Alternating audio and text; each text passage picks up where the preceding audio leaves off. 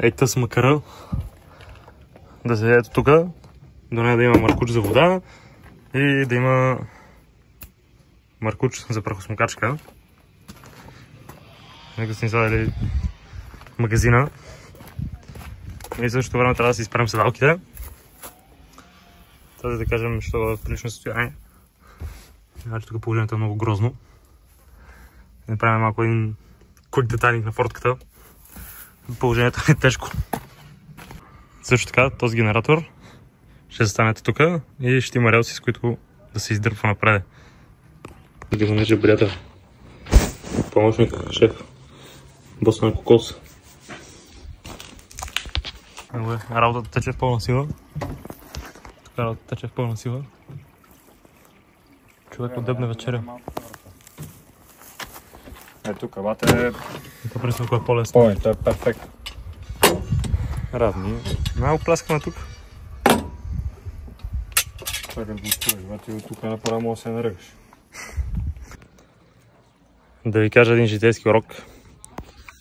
Гледам от това нещо, понеже от тук излиза от това жълтишкото струя с препарат и вода. И се чуда защо от няколко чистения насам това нещо се пръска навсякъде. И се да гледам тук добре ли е застанало на тия релси, не е ли. Чудя се. Ето тук има едно черно. Чакайте. Това снима. Ето това, ето тук. Дали трябва да влезем в ето това, което е по-напред, това, че то няма никаква логика. Ама си казвам, сигурно така трябва да е, затова пръска настрани. И след 20 минути гледане и чудене, виждаме, че фокусира камерата днеска. Виждаме, ето това, малко мръсно камъче, което е влезнало вътре и разпръска цялата струя навсякъде. Да, може първо да почвате от там, като гледате за такива работи. Сега ще спрем това и това петно. И като цяло, цялата седалка. Ще ви покажем тия.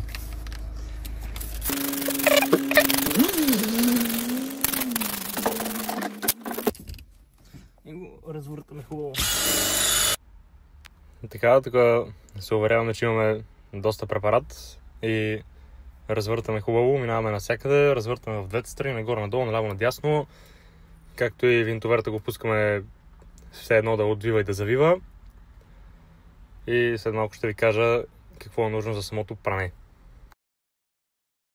Тук вече почваме самото пране.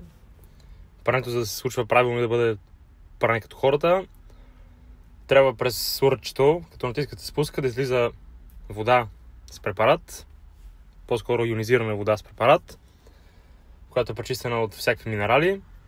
И прахосмокачката засмуква мръсната вода и се получава един цикъл, който се повтаря и повтаря, докато не се спрат всичките петна. Най-важното за тия седалки, като цяло за всички мръсни седалки, е да се изчака да изсъкнат напълно, за да не избият петната отново. Ето, човеко, реже болчета. Този прекрасен звук. Хепи. Скоро хепи. Болчета, човече. Дупка едно, човече.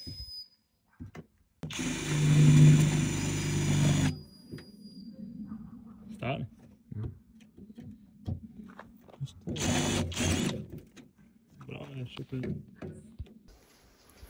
Добър ден, понеже забравих вчера да ви покажа седалките. И седалките вече чисти. За сянка ли е, не е ли? Да. Чисти и готови. Пак да станат мръсни, но не чак толкова. И днес ще правим интериор и екстериор на този Passat.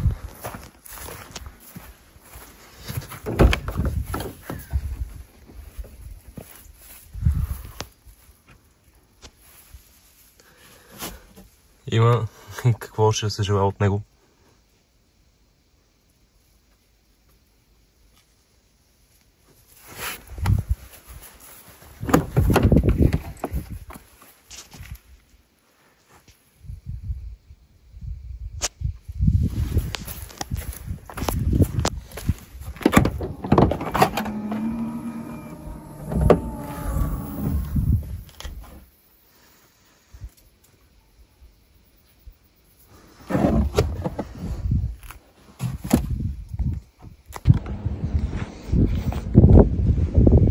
Пасатора е готов. Изпран, подхранен, почистен.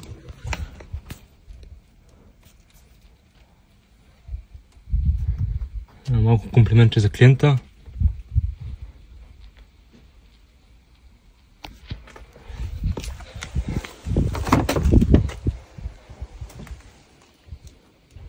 Понеже този късичък влог нищо не успяхме да запишем.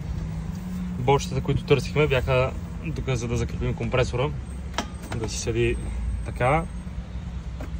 Това за въздухът, този мъркуч от тук, където ще тиква, слезе надолу, за да спасти малко пространство. Тук в момента генератора го няма. Първата дупка, която дупчихме и щяхме да прецакаме системата за заключване с нея, която е тук някъде. Това ще бъде маса, само че трябва да се изберем под който да е водоустойчив или нещо такова и да е идиотоустойчив най-вече. Да, това ще бъде масичка и ще се прибере така. Тук домашен бит и техника влезе в употреба. Сложихме гумички така.